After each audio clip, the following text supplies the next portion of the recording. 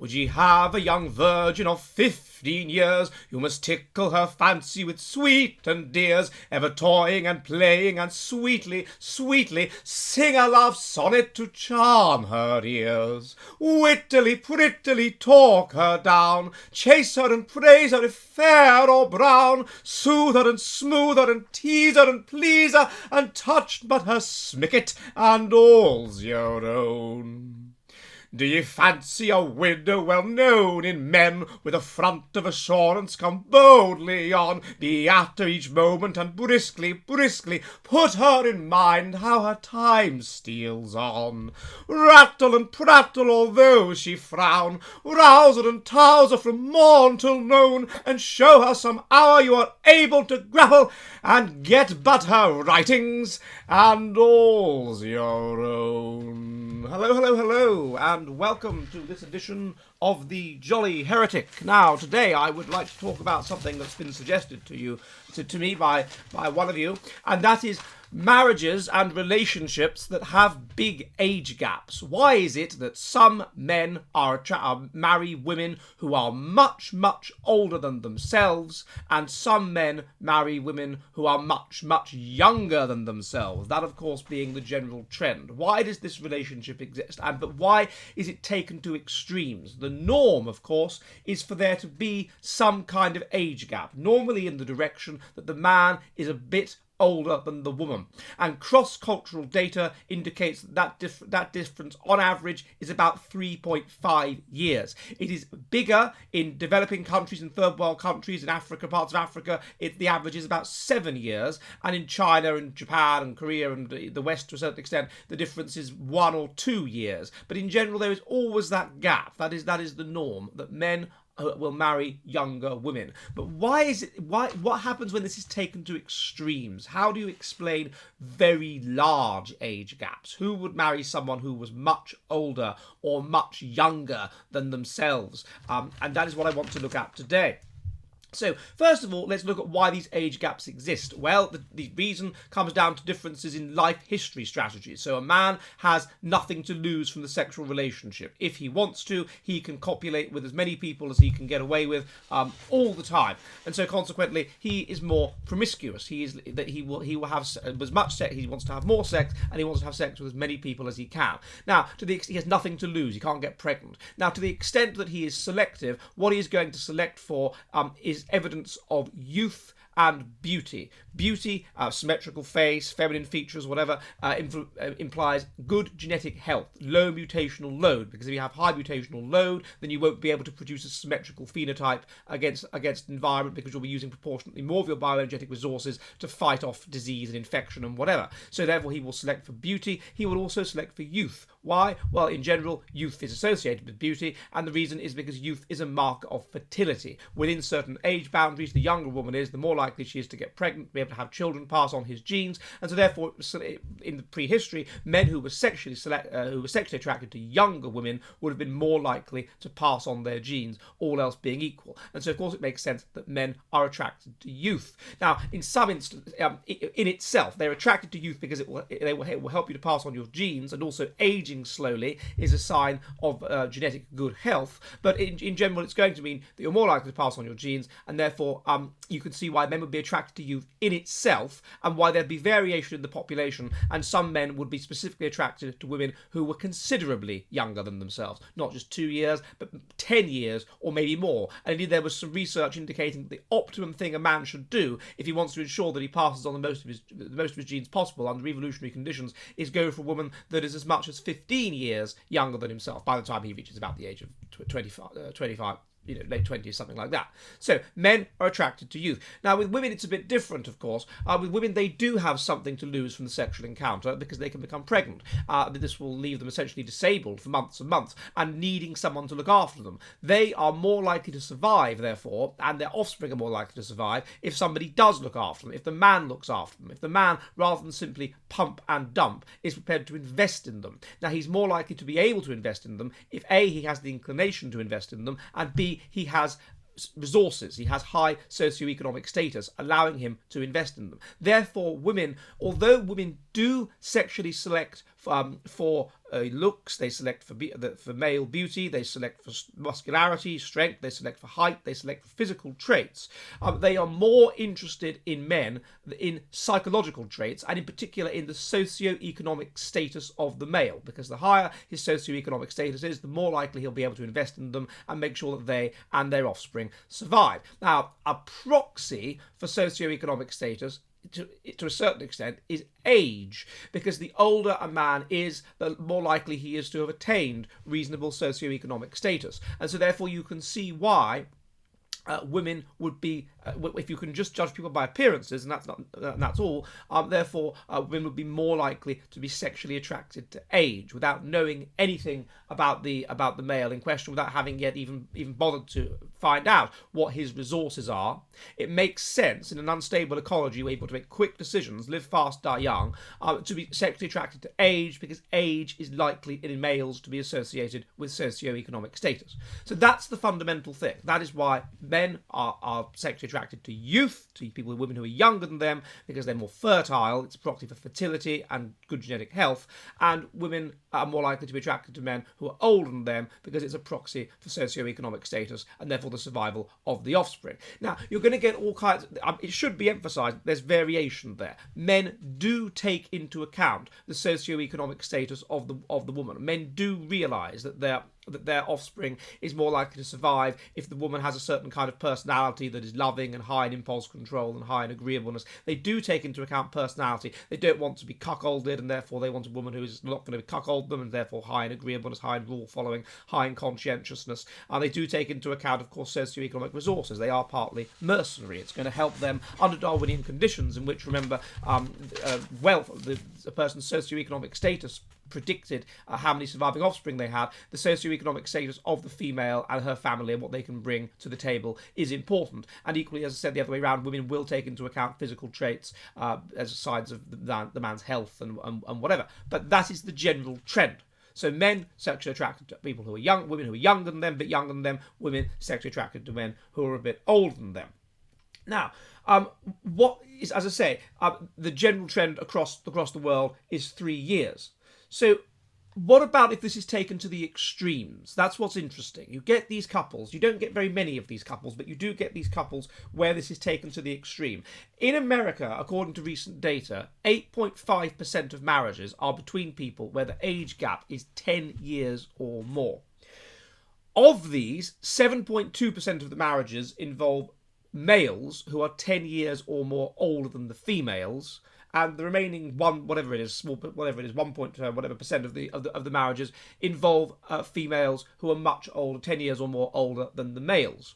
Now, that's to be expected that it's that way round, because, of course, the evolutionary norm is for women to be attracted to older men and for men to be attracted to younger women. And so it makes sense that you would get that situation where there will be outliers. There will be those that, for whatever evolutionary reason, it makes sense to be attracted to age, to older men or younger women. And so, consequently, this in particular individuals, there can be population variance in how much older than you find attractive, or how much younger than you find attractive. And so it makes complete sense that you're going to get some people, you're going to get a small minority of the population who are attracted to people that are much older or much younger, and the difference is 10 years or more. But they are a minority, they are outliers, and older, even more than 10 years, is extreme outliers. And so my question is, what is it that characterises these people? What kind of people are attracted to large age gaps? In the extreme, well, in the extreme, what you're dealing with is really a kind of trade-off.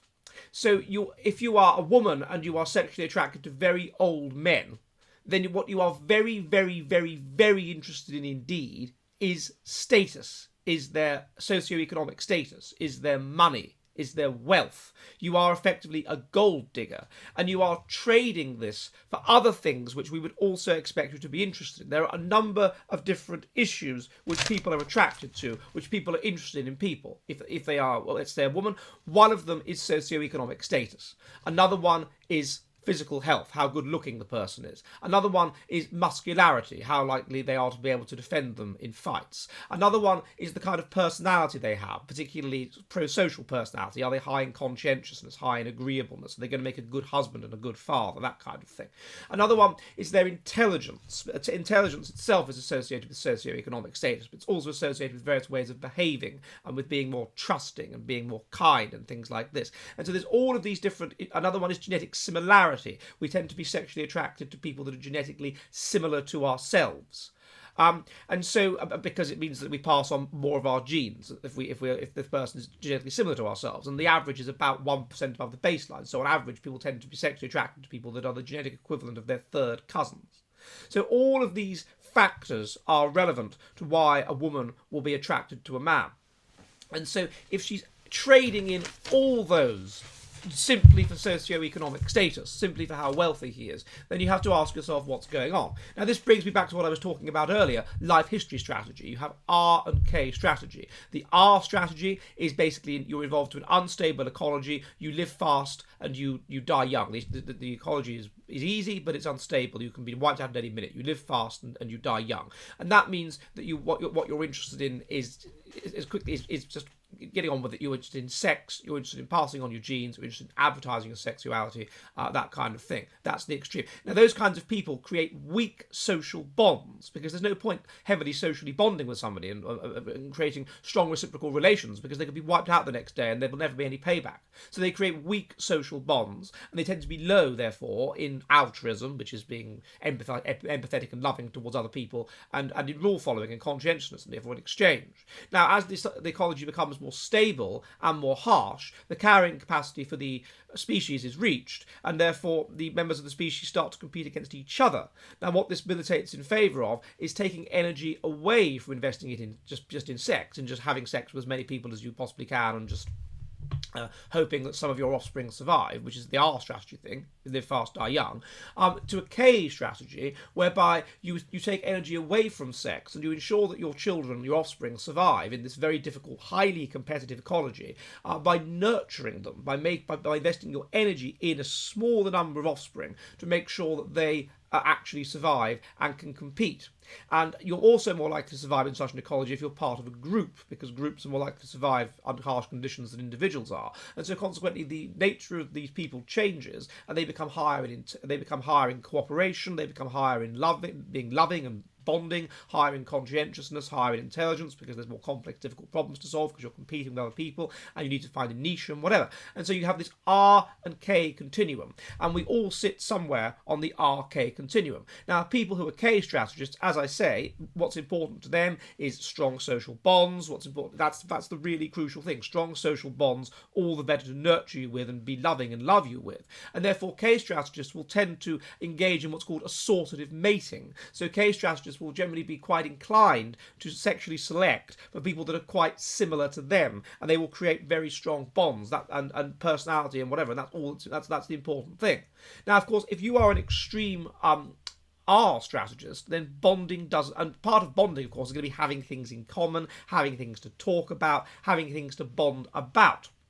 Now, if you're a woman and you are considerably younger than the man in whom you have a relationship, then none of these things are going to matter to you. If he's much, much, much older than you, you're probably not going to have a great deal in common. It's going to be more difficult. If the issue for you is extreme age, if that's the thing, if that's the thing you're into, then you are trading all those other things simply for the issue of age. And the evolutionary factor involved in that, of course, is investment, is a desire for investment, is a desire for wealth, is the issue of the socioeconomic status of the male. So you are trading all those factors, so genetic similarity and whatever, that would help you to bond with the other person, that would create a stable, loving relationship. You are trading all those things for age. That's the thing that seems to really interest you. And so, therefore, what you would expect is that people that were really were prepared to accept a big age difference, and that were therefore prepared to accept not being particularly sexually attracted to the partner, not finding him arousing, not finding him a turn on, perhaps that he's not particularly genetically similar, or and whatever. Those people would basically be gold diggers, because those people are not interested in bonding and creating strong social bonds. Because if you're attracted to somebody, if you're physically attracted to somebody, in part perhaps because you're genetically similar to them, then this will help to create strong social bonds. But they're not interested in that. So consequently, they're gold diggers, and there's good evidence for that. That when women are much older than men, investment and a desire for investment is the factor that predicts, when you interview them, what they're doing. They say, what is it that motivates you in relationships? What is it that you want? And what they say they want is a desire for investment. So what this demonstrates is that women who have much, much older husbands, who are highly attracted to men who are much older than them, are basically gold diggers. What they are motivated by is a desire for the financial investment of the male. They are not motivated by, otherwise they'd say so, these other factors such as bonding and love and these kinds of K strategy factors. So they are basically R strategists. They create weak social bonds, and then what they desire is investment. Now, consistent with this, it has been found that age-similar marriages are happier and longer lasting than age-dissimilar marriages. And indeed, age-dissimilar marriages, although they start happier, so there's a sudden burst at the beginning when they're happy, they soon break down and they are more likely to end in divorce. Now, this makes sense, because if people are similar in age, then the whole nature of the relationship is can be predicted to be more balanced. It's not skewed in one particular direction, i.e., with regard to on the part of the female for a desire for investment. It's a relationship based around genuine love rather than simply what the woman can get out of it, but basically her desire for gold. And so you'd expect, therefore, such relationships which are overwhelmingly in the direction of a woman who is much younger than a man in terms of these age-similar relationships, you'd expect those relationships to be less stable, less happy, and less long-lasting, because the woman is clearly in it just for financial resources and whatever, and she's therefore not going to. The other issues are played down, are not as important, and therefore she's not going to bond as strongly with the man. She's not a person that creates strong bonds. She's a gold digger. Now, the other extreme, and this is much rarer, as I said earlier, this is extremely rare, the opposite extreme, is when it is a woman who is much older than the male. Now, this is very, very rare. We all know cases where it's the other way around, of a young woman. Donald Trump, of course, is a very famous case. There's two famous cases I know of where it's the other way around, where it's a much older woman. Those are Alex Salmond, the former Scottish First Minister, and Macron, the President of France. In both cases, you have a wife that is more than 10 years, in fact, often even much more than 10 years, older than her husband. Now, what's going on there? There's not actually that much research into the psychology of the kind of men that are attracted to such women. Although there is research into the kind of women that are in these relationships. Basically, let's call them mummy relationships. Let's distinguish between a gold digger and a mummy chaser. So the nature of these relationships, according to the data, is that the women involved are deeply loving and committed. So the women are very loving and committed to their partners. That's what has been found. These are extremely loving, committed, kind people.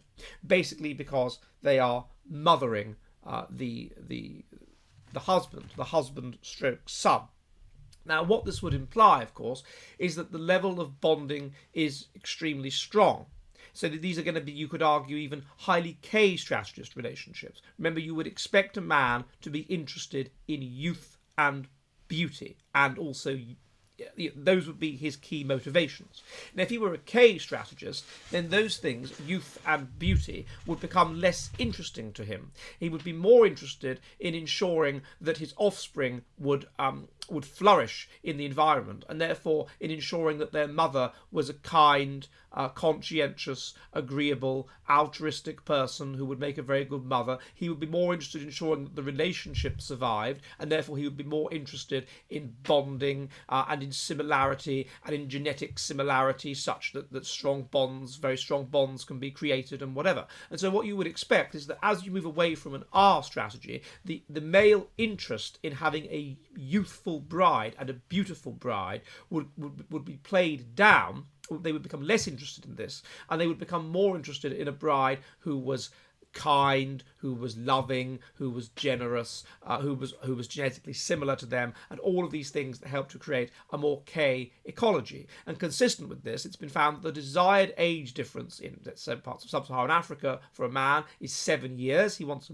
girl that's at least 7 years younger than him, whereas as we move into somewhere like Western Europe, it becomes 1 or 2 years. That makes sense. The youth thing, they are trading. It's all about a trade-off. These kinds of relationships in evolution are all about trade-offs between different things which are desired. What you ultimately want is a young, kind, loving, beautiful, high conscientiousness, whatever woman. That's what you ultimately want, but you're not going to get that. It's very difficult to get that unless you're a super alpha male, and so consequently you make all these trade-offs between all these different factors that are important. And so what you would expect is that a K strategist would trade things like youth and beauty, which are our strategy traits, for other things. Therefore the age gap would become smaller, and it might even tip in the other direction. So someone like that, okay, he might want a woman that's younger than him, but what's more important to him is that the woman is kind and agreeable and conscientious and potentially a good mother and all this. And so he might completely trait age. And so as you move into these ecologies, you start to get more and more people where perhaps the woman is a little bit older than the man,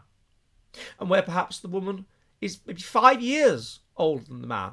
But this doesn't matter. I mean, he can still pass on his genes. He's taking more of a risk, it could be said, in terms of passing on his genes, because she's older than him. He's probably reducing the number of potential children he'll be able to have by going out with a woman that's 5 years older than him. But that doesn't matter, because remember, if he's a K strategist, then he only wants a small number of children, and he wants to invest a great deal of his resources and love and whatever in that small number of children. So that's fine. And now even if it's 10 years older than him, it's again, he's taking a risk with the fertility, but you can still see what you would expect this to be is a highly K strategy male, and perhaps there's a great deal of love and bonding and genetic similarity there, and that explains why the male has got a wife that's 10 years. He's had to make a trade-off, remember. He has made a trade-off. He's traded off severely youth and beauty.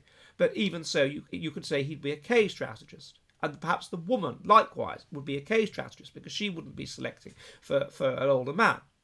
But once it's really extreme, this is the problem, that you get to a lesser extent with women who marry older men. You're actually trading away fertility. So you've got something that's pathological. You've got a situation where if you marry a really, really old man, you're trading away your fertility as a woman, if he's impotent or whatever, or low sperm count, or the kind of things that go with being a very, very old man. You're trading away your fertility, and this is when it becomes pathological. So what would be this is something abnormal in evolutionary terms, to get yourself into a situation where you are attracted to somebody, or you want to be with somebody, and you will be infertile as a consequence.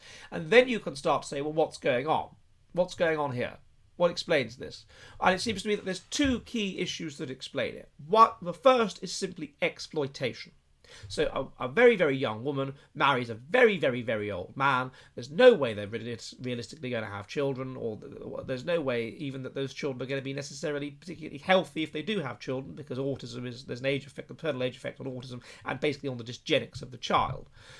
So what they're in it, clearly they're just gold diggers, and they're in it for the money, and they're just exploiting the male. And that's pathological in the sense that you could argue that these women are basically psychopathic. They're just gold-digging, exploitative people that are in it to get the money out of the male. At the other extreme, you do get cases, it's much rarer, where you'll get these young men who will be prepared to go through the disgust of having sexual intercourse regularly with a much older woman, as I sang in the beginning by the Thomas Durfee song, Would You Have a Young Version of 15 Years, a much older woman, so that they can ultimately just get her money. So they can exploit her and get money out of her. And you get cases like this in Finland, actually. It's a big problem of these old women in their 70s who are widows and they're spinsters and they're lonely, and they go to places like Gambia. And these Gambian men prey on them and groom them in a kind of reverse grooming system. And then they just give them lots of money in return for sexual favours and feigned sexual interest from the Gambian man. This is a big problem in Finland and Sweden.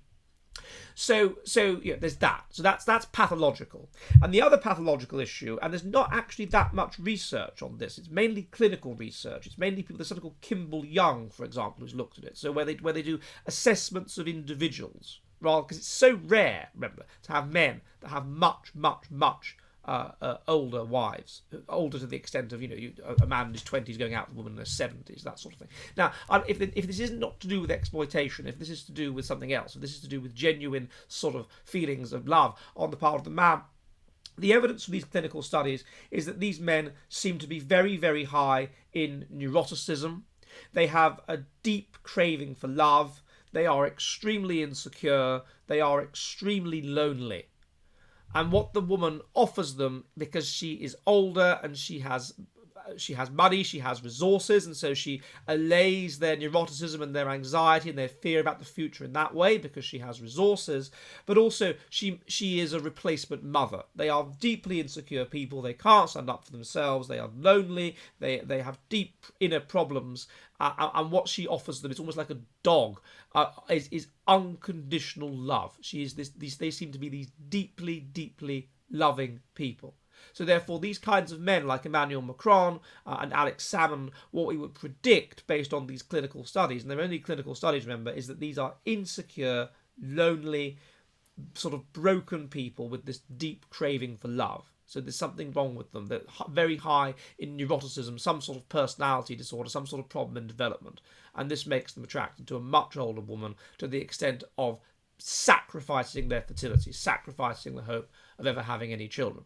I haven't found any clinical studies on the nature of the women that are like this, but one would predict, again, perhaps a deep insecurity, a big hole in their lives, if you like, that can only be filled by this eternal mothering that will never go away, because the child is your husband, and therefore the child will never grow up.